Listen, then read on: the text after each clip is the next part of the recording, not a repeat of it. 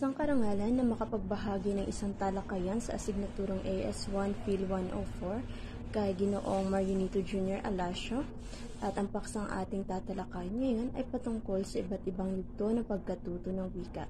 Meron tayong 6 na yugto. Ito ay ang una, ang pasamula o random, pangalawa ay ang unitary, pangatlo ay ang ekspansyon at delimitasyon, pang-apat ay ang kamalayang struktural, pang-lima ay ang automatic, at ang pang-anim o panghuli ay ang malikhain. So, ating tatalakayin ngayon ang mga yugto ng pagkatuto ng wika. Ngayon ay pag-uusapan natin ang unang yugto ng pagkatuto ng wika. Ito ay tinatawag na pasamula o random.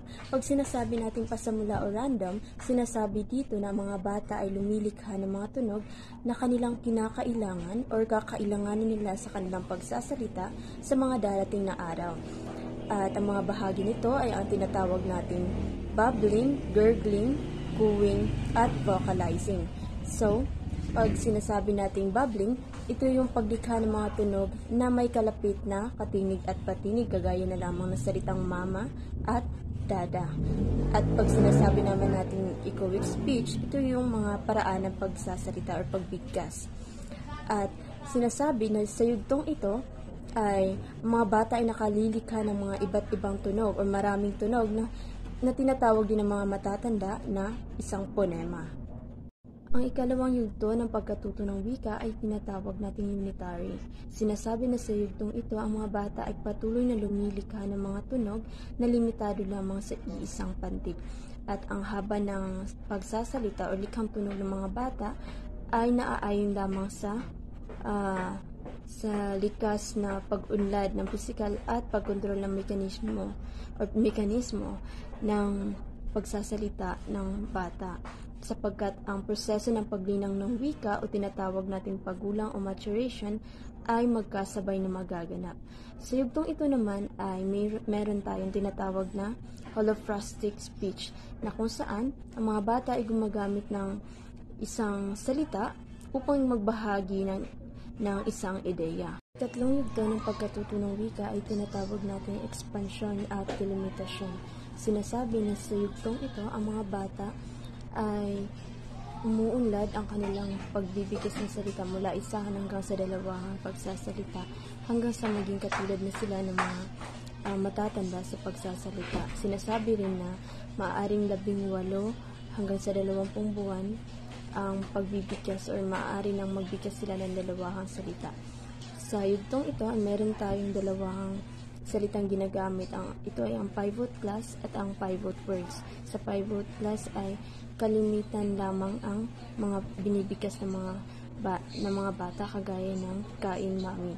At sa pivot word naman, dalawang salita. Halimbawa nito ay dede mama. So, yun ang mga dalawang salita na binibigkas. Ika-4 na yugto ng pagkatuto ng wika ay tinatawag natin kamalayang struktural. Sinasabi na upang maging mahusay ang mga bata or habang papaunlad at paparami ang mga abstrakong ideya at damdamin ng mga bata na kanilang nabubuo, kinakailangan nilang dumaan sa kamalayang struktural, sapagkat mas magiging maalam ang mga bata kung meron silang kamalayang struktural, sapagkat kung minsan ay gumagawa sila ng sariling panlahat sa isang salita at dun ay nagkakamali sila, sapagkat